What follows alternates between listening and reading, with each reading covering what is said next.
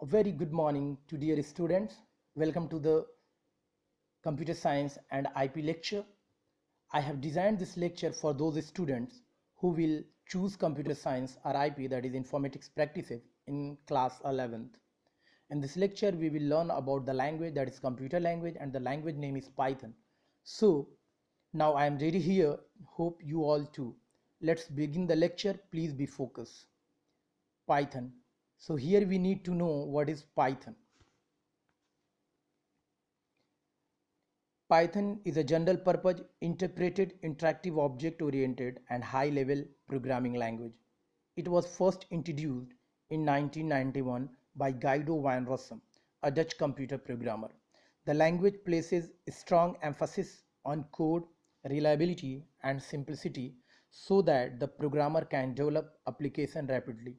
If anybody is asking you what is Python, you just reply Python is a high level object oriented programming language.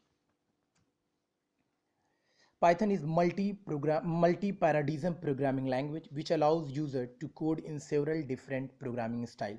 Means we can write the Python code in two styles. The first style is known as interactive mode and the second is known as scripting mode. In the difference between the both, in scripting mode we can create our own file, but in interactive mode we can't create our own file. Python supports cross-platform development and is available through open source. Open source means we can install Python without any cost. It is free of cost. Python is widely used for scripting in game menu applications effectively.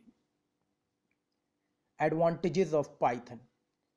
Most programs in Python require considerably less number of lines of code to perform the same task compared to other languages like C. So less programming errors and reduces the development time needed also. Though Python is a powerful language, it is highly syntax oriented, similarly C also. Why to learn Python? What is the reason nowadays we are learning Python? There are large number of high-level programming languages like C, C++, Java, etc. But when compared to all these languages, Python has simplest syntax, availability of libraries, and built-in modules.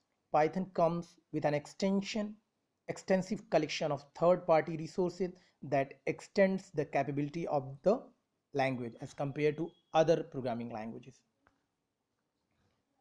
Python can be used for a large variety of tasks like desktop applications, database applications, network programming, game programming, and even mobile development also.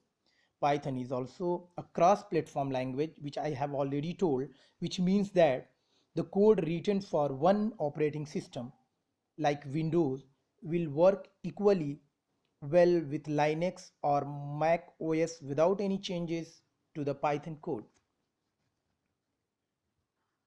The first question is, suppose you need to work on Python software, so how you can run? So you need to install the software first. So how to install Python software in your PC? So some steps are there.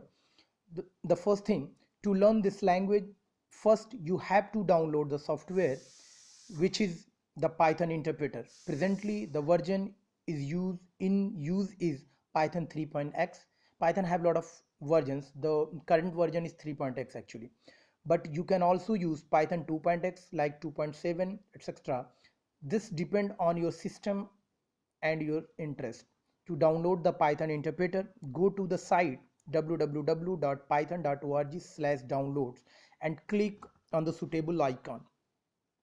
After clicking the icon, the first page of the website will appear like this.